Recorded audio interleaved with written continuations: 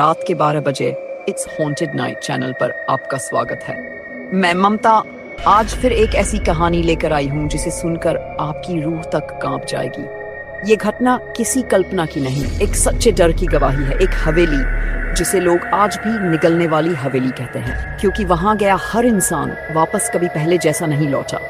उस हवेली की दीवारों में दबा एक खौफनाक राज, एक साया जो आज भी दिखाई देता है और एक चीख जो रात भर उस जगह गूंजती रहती है। तो संभल जाए, क्योंकि जो आप अब सुनने वाले हैं वो आपकी नींद छीन सकता है। खोई हुई परछाई, सुधीर की भयावह रात काफी गहरी हो चुकी थी। हवा में वह ठंडक थी जो किसी पुराने भूले हुए रहस्य की याद दिलाती है। शहर के शोर से बहुत दूर जंगलों के बीच बसे छोटे से कस्बे धारपुर में हर रात जल्दी सन्नाटा जाता था। लेकिन उस रात का सन्नाटा सामान्य नहीं था। उसमें अजीब सी थरथराहट थी, जैसे कोई अदृश्य ताकत हवा के बीच सरक रही हो। सुधीर का घर कस्बे के बिल्कुल किनारे पुराने कच्चे रास्ते के पास था। वह पेशे से स्कूल में शिक्षक था, शांत स्वभाव का, और कस्बे के लोग उसे भरोसेमंद और नेक मानते थे। लेकिन कुछ दिनों से उसके घर में ऐसी घटनाएं होने लगी थी जो उसके बस से बाहर थी। दरवाजों का अपने आप खुलना, आधी रात को टेबल पर रखी चीजों का गिर जाना, दीवार परछाई का अचानक दिखना। उसे लग रहा था कि कोई उसे देख रहा है। शुरू में उसने ध्यान नहीं दिया, लेकिन बीती रात जो हुआ उसने उसे डरा दिया। रात के लगभग 3 बजे वह पानी पीने उठा। तभी उसने खिड़की पर किसी इंसान की परछाई देखी। काले बाल, झुका हुआ चेहरा और तेज सांसों की आवाज। जब उसने हिम्मत जुटाकर पर्दा हटाया, वहां कोई नहीं था, लेकिन कांच पर किसी के हाथ का गाढ़ा निशान साफ दिख रहा था। उसकी नींद उचट गई। वह सुबह होने का इंतजार करता रहा। अगले दिन उसने कस्बे के वृद्ध पंडित मोहन को पूरी बात बताई। पंडित ने बिना देर किए कहा, बेटा सुधीर, ये जो तुम्हारे घर में शक्ति है, ये सिर्फ परछाई नहीं, ये अधूरी आत्मा लगती है। हो सकता है किसी जगह, किसी वस्तु या किसी पुराने रिश्ते से तुम्हारा कोई संबंध हो जो उसे तुम तक खींच लाया है। सुधीर अवाक था। उसे किसी प्रेत या आत्मा पर भरोसा नहीं था, लेकिन रात की घटना ने उसकी सोच बदल दी थी। उसने तय किया कि वह इस रहस्य का पता लगाएगा। पंडित ने उसे एक सुझाव दिया, कस्बे के पुराने कर्नल हवेली में मत जाना।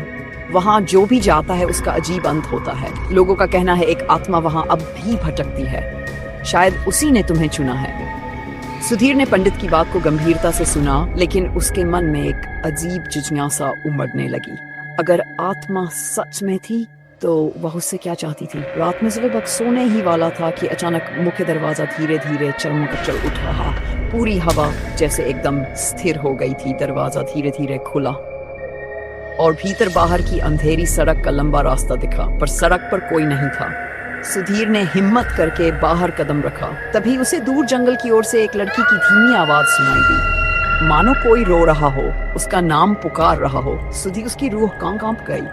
ये आवाज उसने पहले कभी नहीं सुनी है, फिर भी उसे ऐसा लग रहा था कि वह आवाज उसे अच्छी तरह जानती है। उसके कदम अनजाने में उसी दिशा में बढ़ने लगे।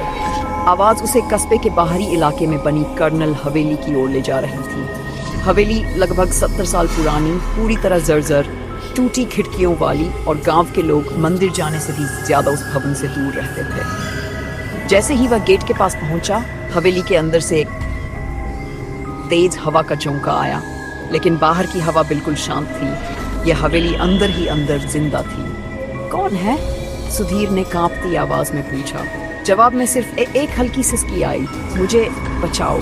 सुधीर का दिल तेज धड़कने लगा। जैसे ही वह अंदर गया, हवेली के विशाल हॉल में धूल और टूटी चीजों की गंध फैली हुई थी। लेकिन अचानक हवा का एक झोंका आया और मानो उसके पैरों के नीचे की जमीन हिल गई। ऊपर की मंजिल से कदमों की भारी आवाज आई, ठीक इंसानी कदम, लेकिन चाल में कुछ असामान्यता थी, जैसे कोई शरीर से ज्यादा भारी था या किसी और का बोझ ढो रहा था। सुधीर सीढ़ियों पर चढ़ने ही वाला था कि उसने देखा, सीढ़ियों की पिछली तरफ किसी के खून से दागदार पैरों के निशान ताजे ताजे बने हुए थे। उसका गला सूख गया, लेकिन तब उसने वही आवाज सुनी, नर्म, टूटी, कमजोर। सुधीर, ये सुनते ही उसने घबरा कर ऊपर देखा और वहां एक लड़की खड़ी थी। लंबे काले बाल, चेहरे पर आधा साया, और उसकी आंखें लाल जगमगाती, जैसे कोई आग उसके भीतर धधक रही हो। लेकिन आवाज उसकी कोमल थी, डरावनी नहीं। कौन हो तुम? उसने हिचकते हुए पूछा। लड़की धीरे से बोली, मैं आर्या हूँ और तुम मुझे जानते हो, बस भूल चुके हो। ये सुनते ही सुधीर की रीढ़ में सिहरन दौड़ गई। वह इस नाम को पहचानता नहीं था, पर मन के किसी कोने में यह शब्द पहले भी गूंजा था। अचानक उसके दिमाग में झटके जैसी एक चमक हुई। पुराना बस स्टॉप, बारिश की रात और एक लड़की जो अचानक गायब हो गई थी। क्या ये वही थी? आर्या ने धीरे धीरे अपनी कहानी बताना शुरू किया। सालों पहले मैं इस कस्बे में आई थी पढ़ाई करने। एक रात मैं इसी हवेली के आगे से गुजर रही थी। किसी ने मुझे आवाज़ दी और मैं इस हवेली में चली आई, लेकिन मैंने सोचा भी नहीं था कि यहाँ मेरा अंत होगा।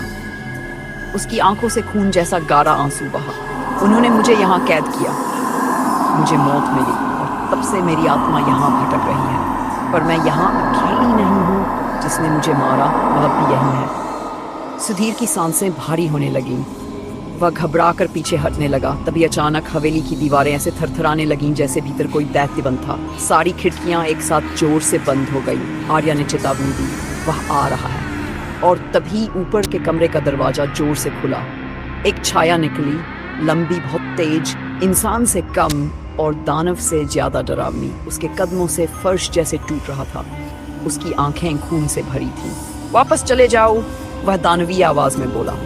यहाँ तुम में से कोई नहीं बचेगा। सुधीर डर से जड़ हो गया, लेकिन अभी आर्या उसके सामने आकर खड़ी हो गई। उसकी आंखों में पहली बार डर नहीं बल्कि गुस्सा दिख रहा था। अब बहुत हुआ, आज इसका अंत होगा। कमरा हिलने लगा, हवा जनसीगी। आर्या की मां अचानक पूरी तरह चमकने लगी। उसके हाथों से नीली रोशनी की आग निकलने लगी। दानवीय छाया चीती हुई पीछे हटने लगी। हवेली के कोने में ऊपर वर्षों से जमा धूल ऊपर उड़ने लगी। ऐसालगर हाथ था जैसे हवेली खुद इस लड़ाई का हिस्सा हो।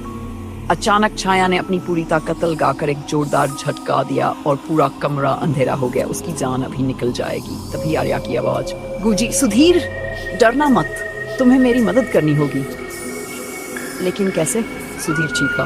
वह पुरानी दीवार, उसमें मेरा शरीर दफन है, उसे तोड़ो।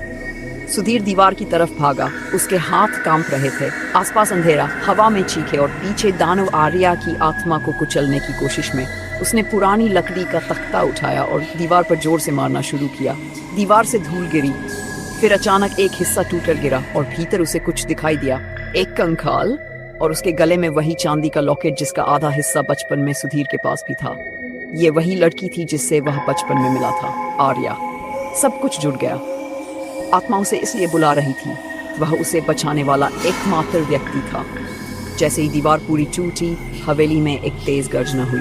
दानवीय छाया की चीख ऐसी थी कि सुधीर का दिल फट जाए। और फिर छाया अचानक धूल में बदलने लगी। आर्या के शरीर से हल्की रोशनी निकली और पूरी हवेली में फैल गई। कमरा धीरे धीरे शांत हो गया। आर्या की आत्मा पहली बार बिल्कुल शांत और सौम्य दिख रही थी। धन्यवाद सुधीर, वह मुस्कुराई। तुमने मुझे मुक्त कर दिया। मैं कभी तुम्हें नहीं छोड़ने वाली थी, लेकिन अब मैं आजाद हूँ। सुधीर की आंखें भर आईं। आर्या ने एक आखिरी बार उसे देखा और फिर रोशनी बनकर हवा में विलीन हो गई। हवेली का दरवाजा अपने आप खुल गया। बाहर सुबह की हल्की लालिमा फैल गई थी। सुधीर बाहर निकला और हवेली धीरे धीरे धूल की तरह हवा में उड़ने लगी, जैसे उसका अस्तित्व कभी था ही नहीं। उस रात ने सुधीर की जिंदगी बदल दी। लोग कहते हैं कि उसने एक आत्मा को मुक्ति दिलाई, एक दानव का अंत किया और एक खोई हुई परछाई को शांति दी। लेकिन सुधीर आज भी कभी कभी महसूस करता है कि हवा में एक मधुर सी आवाज उसकी रक्षा कर रही है। धन्यवाद। और वह समझ जाता है आर्या कहीं न कहीं अब भी उसके साथ है।